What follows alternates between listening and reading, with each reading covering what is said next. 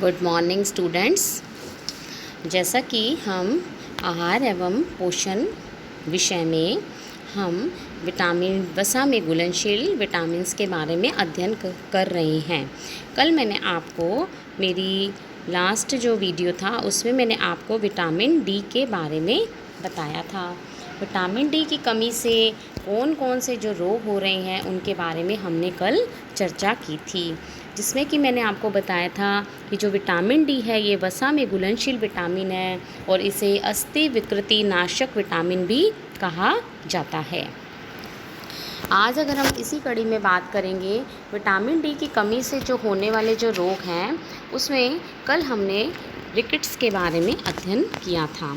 आज जो vitamin D की जो कमी है उसमें इसके जो और लक्षण शरीर में दिखाई देते हैं उसमें सबसे पहले आता है टिटैनी रोग यानी कि मांसपेशीय मरोड़। ये क्या होता है? जब शरीर में कैल्शियम और फास्फोरस के मेटाबॉलिज्म में उपापचय में असमानताएं उत्पन्न हो जाती हैं। किसके में? कैल्शियम और फास्फोरस के मेटाबॉलिज्म में जब असमानताएं उत्पन्न हो जाती हैं तब मांसपेशीय मरोड़ हो जाती है, जिसे कि हम इंग्लिश में टिटैनी रोग भी बोलते हैं। इस रोग में क्या होता है? हाथ और पैरों के जोड़ों में तीव्र दर्द होता है और पीड़ादायक ऐंठन भी होने लगती है, जिससे व्यक्ति बेहोश होने लगता है। अब अगर हम इसके उपचार की बात करते हैं तो आहार में विटामिन, ये जो रोग है विटामिन डी की कमी से होता है, तो विटामिन डी, कैल्शियम और फास्फोरस युक्त आहार पर्याप्त मात्रा में ग्रहण किया जाना चाहिए। कैल्शियम की गोली भी दी जा सकती है क्योंकि इससे जो पेशेंट है वो बहुत ही अपनी राहत महसूस करता है। विटामिन डी की कमी से अगर हम बात करें तो दांतों का सड़ना, जिसे कि डेंटल डीके भी बोला जाता है। बच्चों को अगर विटामिन डी की कमी हो जाती है तो उनके जो दांत है वो नहीं उगते हैं, या देरी से उगते हैं, या विकृत हो जाते हैं, या फिर छोटे रह जाते हैं। वे अस्वस्थ हो जाते हैं और सड़ने भी लगते हैं। क्यों? क्योंकि दांतों के इनेमल और डेंटिन भाग में कैल्शियम का फास्फेट का जमाव नहीं हो पाता और दांतों में डेंटल कैरीज यानी कि गड्ढे पड़ जाते हैं, जिससे स्वस्थ जो दांत होते हैं वो नहीं हो पाते हैं, यानी कि जो बच्चे हैं वो इस बीमारी से ज़्यादा ग्रसित होते हैं। अगर दांतों के इनेमल और डेंटिन भाग में कैल्शियम फास्फेट का जमाव नहीं होता है तो डेंटल कैरीज बन जाते हैं। अगर हम इसके उपचार की बात करते हैं तो भोजन में पर्याप्त मात्रा में दूध, फल, सब्जियां आदि लेने चाहिए और कोड लिवर ऑयल भी दिया जाना चाहिए। ये जनरली कोई हमें भोज्य पदार्थों से नहीं मिलता, ये एक एज ए मेडिसिन के तौर पर लिया जाना चाहिए। फिर हम बात करते हैं आगे विटामिन डी की कमी से अस्थि मृदुलता यानी कि ऑस्टियोमलेशिया रोग भी हो जाता है। अस्थि मृदुलता, मृदुलता मतलब कमज़ोर होना।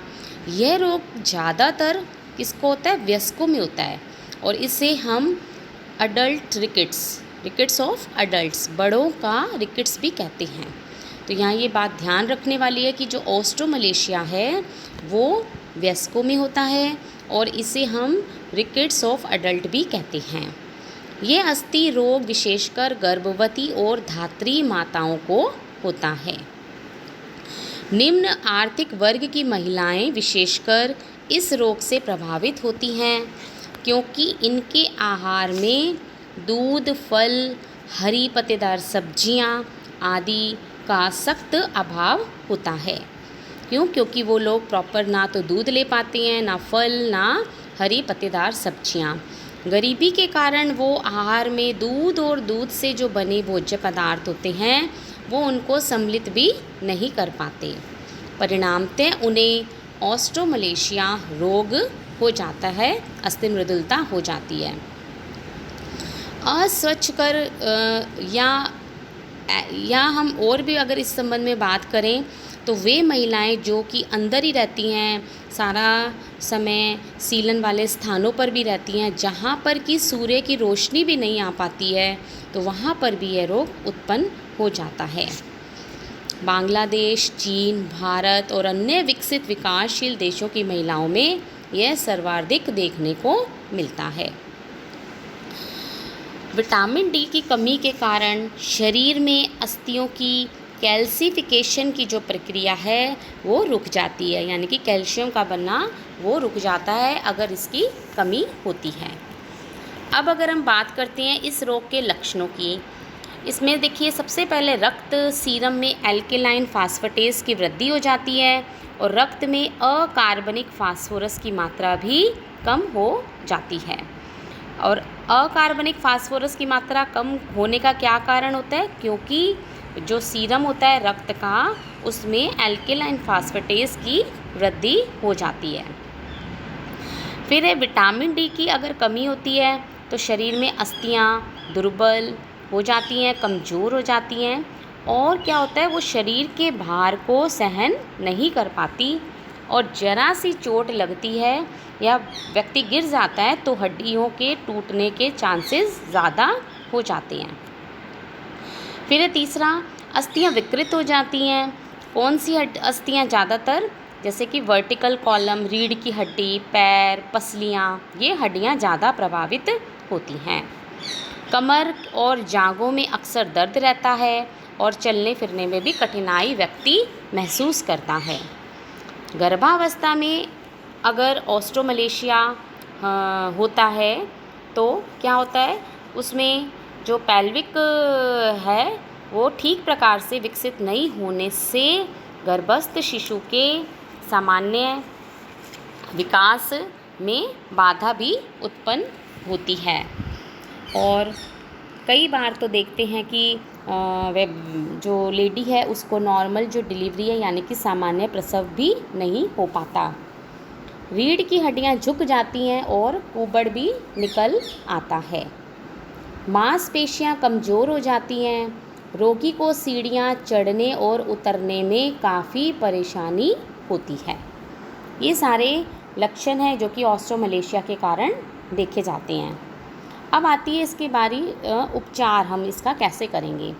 उपचार में देखिए सबसे पहले उच्च कैलोरी, उच्च प्रोटीन और विटामिन डी युक्त आहार लेना चाहिए।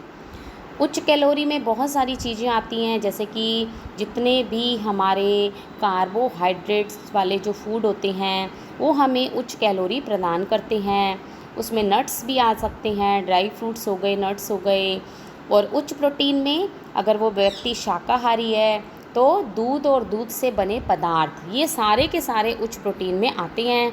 और अगर व्यक्ति मांसाहारी है तो अंडा भी खा सकता है, और मांस, मछली, ये सब जो है वो उच्च प्रोटीन के अंतर्गत आते हैं। फिर आहार में दूध और दूध से बने पदार्थ, हरी पत्तेदार सब्जियों का और फलों का समावेश प्रॉपर होना चाहिए। अगर आहार में हम ये सारी चीज़ें लेते हैं तो हमें विटामिन डी की जो कमी के रोग होने के जो चांसेस हैं वो बहुत ही कम हो जाते हैं। फिर है गंभीर ऑस्ट्रोमलेशिया की स्थिति में क्या होता है, अगर व्यक्ति को विटामिन डी हो भी गया और बहुत ही ज़्यादा अगर वो काफ़ी सीवियर स्टेज पर है तो फिर हमें मेडिसिन के थ्रू इस बीमारी को दूर करना पड़ता है। तो जैसे कि 50,000 इंटरनेशनल यूनिट विटामिन डी अंतःपेशियों के द्वारा इंटरमस्कुलरली रोगी के शरीर में पहुंचाई जानी चाहिए। फिर 6 माह तक विटामिन डी की एक भी खुराक देने की ज़रूरत नहीं होती है, और 6 महीने के बाद अगर हम देते हैं तो 400 इंटरनेशनल यूनिट विटामिन डी प्रतिदिन आहार के द्वारा दिया जाना चाहिए। तो ये जो सारी चीज़ें थी ये विटामिन डी यानी कि ऑस्ट्रोमलेशिया के उपचार के लिए अत्यंत ही ज़रूरी होती है। तो अब हम कह सकते हैं कि जो विटामिन डी की कमी से हमने कौन कौन से रोगों का अध्ययन किया। सो देखिए, सबसे पहले रिकेट्स, दूसरा टिटेनी, तीसरा डेंटल डिके और चौथा ऑस्ट्रोमलेशिया। ये जो सारे के सारे जो रोग होते हैं ये विटामिन डी की कमी के कारण ही संपन्न होते हैं। और अगर हम इनका उपचार अगर सही तरीके से कर लेते हैं भोजन में, और आवश्यक धूप में व्यक्ति थोड़ी देर बैठे, विटामिन डी युक्त आहार ले, भोजन का सेवन करे, तो बालक का और व्यक्ति का जो स्वास्थ्य है वो अत्यंत ही अच्छा होता है। क्योंकि जो विटामिन डी है वो मात्र हड्डियों के लिए नहीं, जैसे कि कैल्शियम और फास्फोरस के अवशोषण में सहायता करता है। हड्डियों के निर्माण में विटामिन डी की बहुत ही अहम भूमिका होती है। कैल्शियम और फास्फोरस अस्थियों के निर्माण, वृद्धि और विकास के लिए आवश्यक होता है। आहार के द्वारा जो ग्रहण किया गया कैल्शियम और फास्फोरस का अवशोषण वो विटामिन डी की उपस्थिति में ही होता है। तो विटामिन डी अगर है प्रॉपर तो दांतों की मजबूती के लिए अत्यंत ही आवश्यक होता है। रक्त में कैल्शियम और फास्फोरस की जो मात्रा है उसको भी ये नियंत्रित करता है। शारीरिक वृद्धि हेतु भी ये अत्यंत ही आवश्यक होता है। और हमारे शरीर में पैराथायरॉयड ग्रंथि होती है, उस पर नियंत्रण रखने में भी विटामिन डी अत्यंत ही आवश्यक होता है। विटामिन डी छोटी आंत के म्यूकोसा में प्रोटीन के संश्लेषण क्रिया में भी सहायता प्रदान करता है।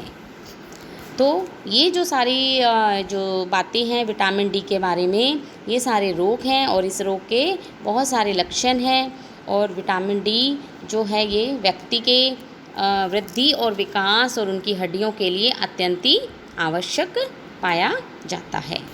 धन्यवाद।